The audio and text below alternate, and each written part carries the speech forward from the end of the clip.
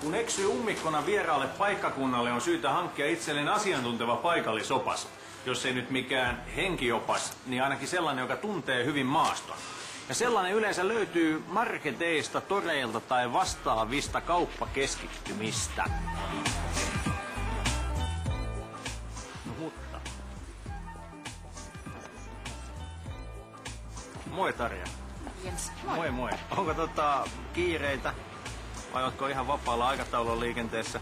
No ei, tällä hetkellä tietysti puhelimeen vähän tuossa puhuin, mutta ei semmoista. Anteeksi, mä oon stadista, mulla ei ole käytöstapoja. Mutta ajattelin, että joskus sä voisit paikkakuntalaisena hivenen tutustuttaa mut Kymenlaakson nähtävyyksiin. Oikeesti niin mennä sit luottaa mun arvostelukykyyn. Eikö sitä aika hyvä avausrepliikki ole kuitenkin? No niin, no minne? Siis ennen kaikkea mua kiinnostaa Kouvola. Aha. Tuo rautateiden vilkas solmukohta. Aha, okei. Eli jos ei tunnu mahdottomalta, niin lähdetäänkö katsoa, olisiko parkkipaikalla joku mukava kulkupeli, jolla päästä Kouvolaan? Vitsi. Hetikö? Nytkö? Nyt heti, saman tien jos on. Mahtavaa. Sulla on aika asiallisen oloinen Nissani. Tää ihan sellainen tila-auto. Melkein mulle tulee sellainen olo, että sun kaltaisessa maailmantähti ansaitsisi yleiskäyttöautossa jotain härskimpää, räväkämpää, näyttävämpää. Josta me pääsemme siihen, että mä erittäin mielelläni näkisin sut tällaisen leveillä läskeillä varustetun AMG-mersun ratissa. Ihan mieletön juttu oikeesti. Tuntuisiko ajatus mahdolliselta? Tuntus oikein lämpöiseltä. Eli paitsi että mä saan oppaa, niin mä saan myös kuljettajan. Wow. Oho, oot se tosissaan? Mä en ole ikinä tällaisella ajellut.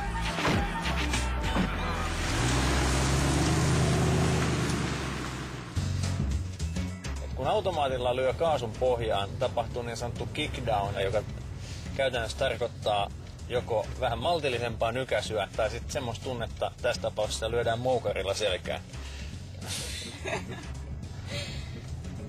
Kokeillaanko jossain sitten moukaria? Mun mielestä ihan ehdottomasti kokeillaan.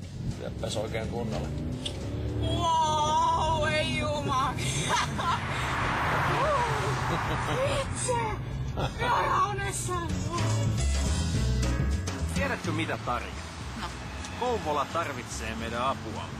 Tämä on siis huhujen mukaan ennen ollut vilkas kaupunki, sellainen dynaaminen ja kasvava paikka, jossa kauppa on käynyt ja ihmiset on vaurastunut. Mutta nyt tää on vähän niin kuin ollut hiipumaan päin koko homma ja eihän tää nyt kauhean dynaamiselta näytä. Vai näyttääkö? No ainakin tälleen näin niin kuin vesisadepäivänä niin välttämättä nyt ei näytä parhaita puoliaan, mutta... Niin.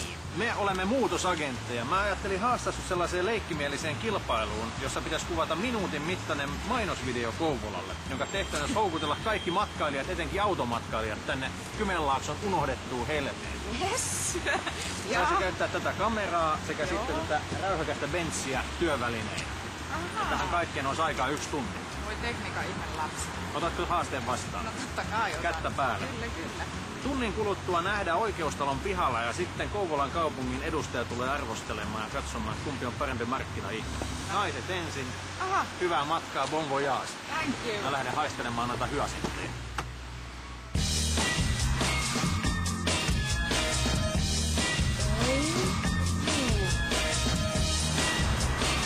Tässä näemme Kouvolan teatterin. Oikein hieno teatteri.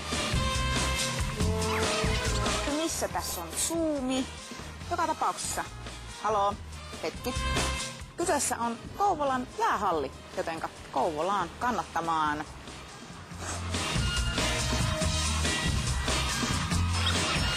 Hei, älkää karatko. Mikä on parasta Kouvolassa? Täällä on hyvät mahdollisuudet tehdä kaikkia harrastustoimintaa.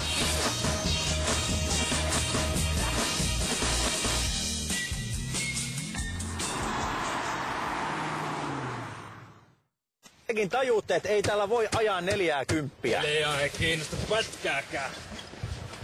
Jätkät, mennään Uti ABClle kahville, puhutaan tää asia.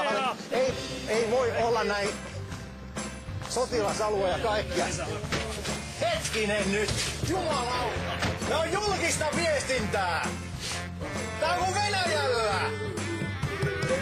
Tapio! Soita Journalistiliiton lakimiehille! Ei tää voi päätyä!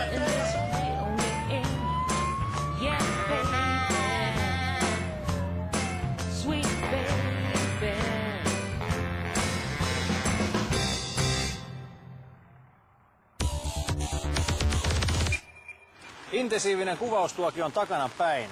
Nyt olisi aika katsoa mitä syntyi. Tuotokset on lupatunut arvostelemaan Kouvolan kaupunginjohtaja Aimo Ahti. Tervehdys. Hei hei. Hauska, että pääsit paikalle. Minkälaisia odotuksia sulla on nyt näiden tekeleiden suhteen? No minä uskon, että ne edustavat varmaan maailman huippuluokkaa. Saapa nähdä. Tässä joka tapauksessa lähdetään liikenteeseen. Ensiksi on neiti Turusen käsitys. Ja se on joo. Siellä oli meidän teatterissa ensi illassa ja minä pikkusen kyllä katosin kartalta. Se on Nyt mennään nopeasti ja siellä on enempikin. Minä vähän sekoilin tässä. Joo. Mitä mä aina sanonut, että Kouvolassa on hirveän ystävällisiä ihmisiä, mutta nyt... Hei, älkää paratko! Näitä. Sinä olet tässä tehnyt kyselyä. Galluppi. Mitä mieltä olette Kouvolasta? Elikkä sellaistakin täältä löytyy. No niin, ja sitten taitaa olla meikäläisen tekele. Aha.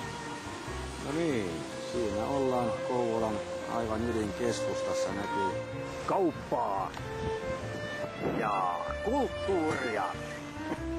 Joo, hyvin alkoi. Ja sitä kaikkea tarjoaa sinulle Kouvola. Tulee kyllä erittäin kovaa faktaa Kouvolasta nyt. Kipskäs. No nyt sitten kun nämä molemmat tuotokset on nähty, niin Aimo Ahti, sinulla olisi tehtävä valita niin kuin kaupungin isän näkövinkkelistä, että kumpi näistä kuvaelmista polttaa tehokkaammin mielikuvan tästä kauniista paikasta ihmisen sieluun.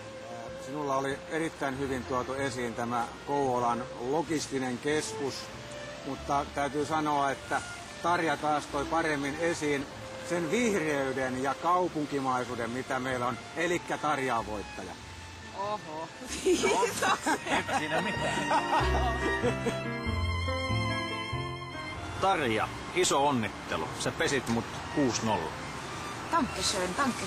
Bitte. Mersuhan on hieno auto, mutta siinä on yksi semmoinen ongelma, nimittäin täällä Suomessa, että se on arjessa kiinni. Jos et ihan vakavasti puhuta, niin sä tarvitsit jotain sellaista, jonka avulla jalat vois nousta tukevasti ilmasta irti. Jaa. Näin tuossa. McDonnell Douglas 500D/E helikopteri. Mitäs tästä tuumaa hän? Ei kai mä tarvitse ajaa sitä. Katsotaan mitä kuski sanoo, mutta jos ensin kokeillaan takapenkkiä.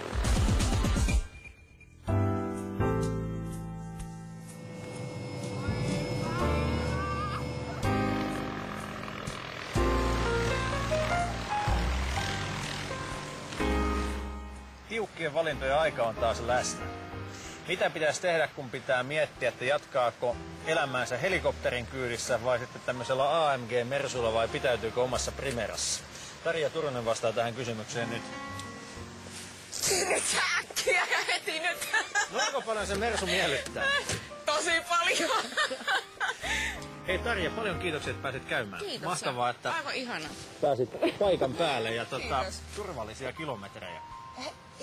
Loistavaa. Siis vitsi, tää on ihan niinku unelma nyt. Kyllä tässä taas yksi toteutui sellainen. Kiitoksia kovin paljon teille kaikille, että olette tälläkin viikolla mukana ajoneuvoksen kyydissä. Kun viikon kuluttua kohtaamme, luvassa on jälleen korkeaoktaanista polttoainetta, taloudellista ajoa ja kaikkea muuta kivaa. Mutta nyt paluu siihen, mitkä ovat oikeasti elämässä niitä hyviä ja tärkeitä asioita. Nimittäin helikopterikyydit. Lähikaupassa.